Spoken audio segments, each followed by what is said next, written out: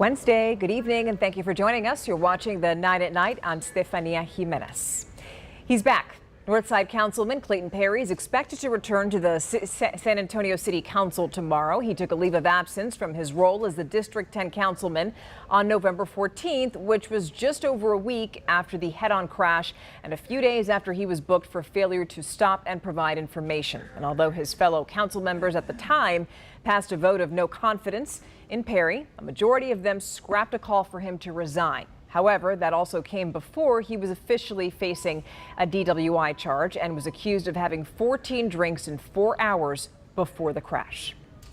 I feel at the time it was the appropriate thing to do. We're supposed to act on whatever information we have at the time.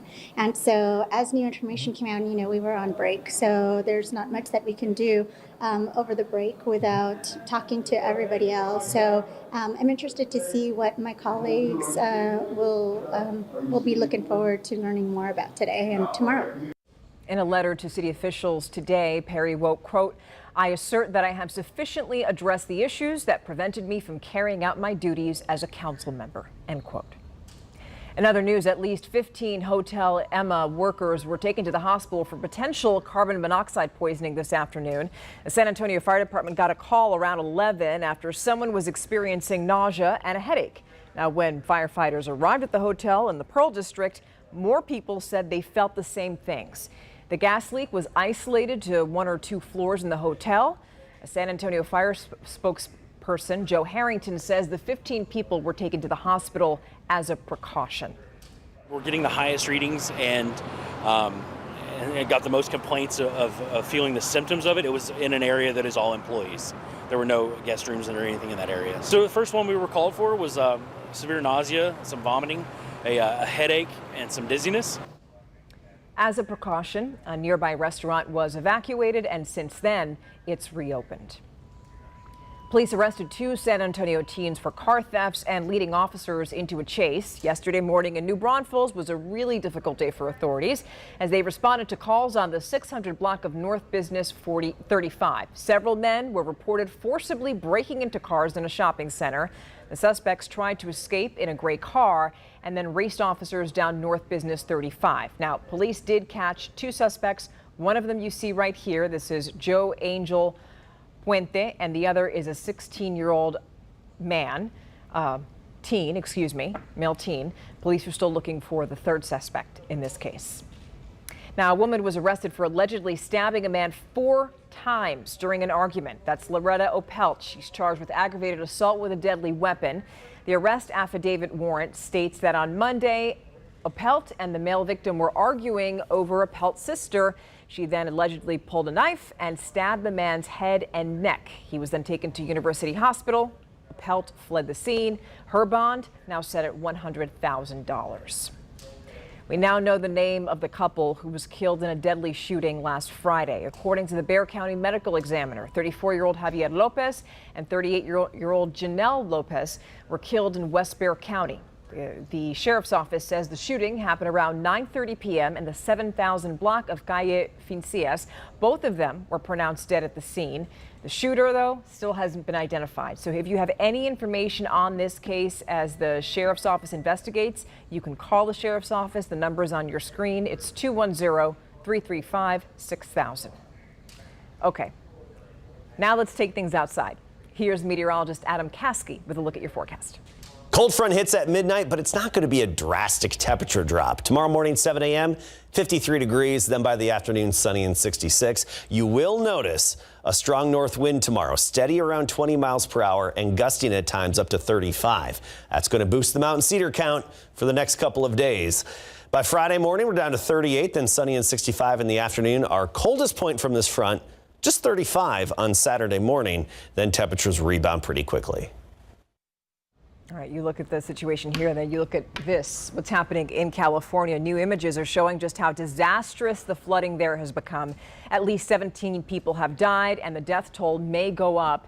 2 of those deaths are the result of a lightning strike. Governor Gavin Newsom says the 36 inches of rain that have been dumped across the state is really like nothing before. We had less people die in the last 2 years of major wildfires in California that have died since New Year's Day related to this weather.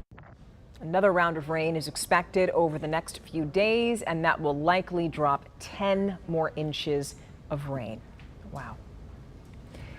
Delays and cancellations grounded thousands of air travelers across the U.S. this morning after the computer system that all pilots have to access before each flight crashed. That incident still affecting people's arrival and departure times. According to the FAA, it's the computer system called the Notice to Air Missions, or NOTAM, which went down late Tuesday. It impacted some 21,000 domestic flights scheduled for today. That system alerts pilots to potential risks that they may encounter during their flights before their takeoff. Now, federal officials are now investigating to determine what caused that system to go down. All right, not so good for consumers here. The price of eggs are up, like way up, but we're learning more about why that's happening. And it has to do with the bird flu, which has wiped out millions of egg-producing hens across the country.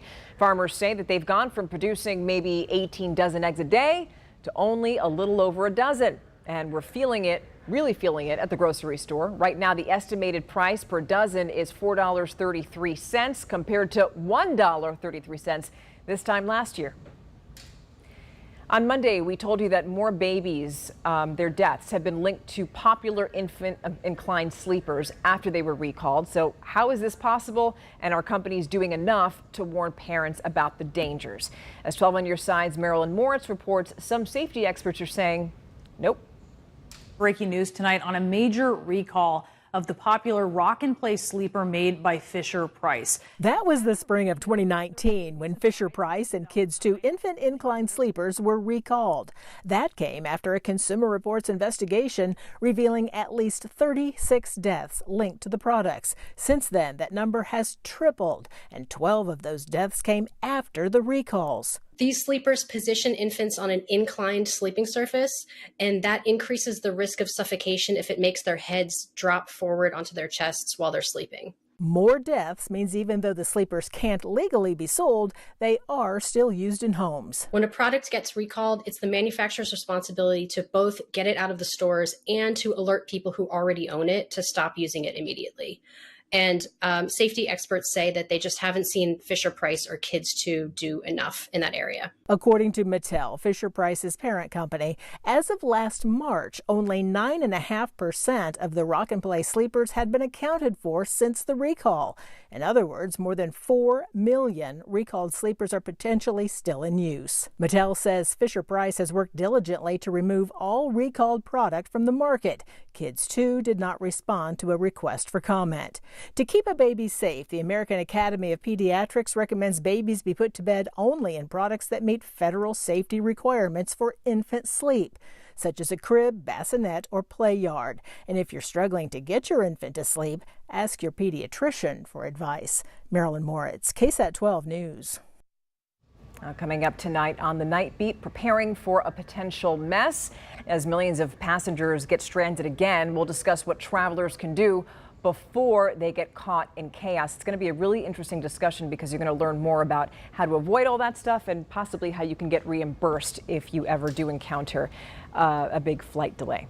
All right, well, just like that, we are out of time. The 9 at Night returns tomorrow. Have a beautiful night. We'll see you then.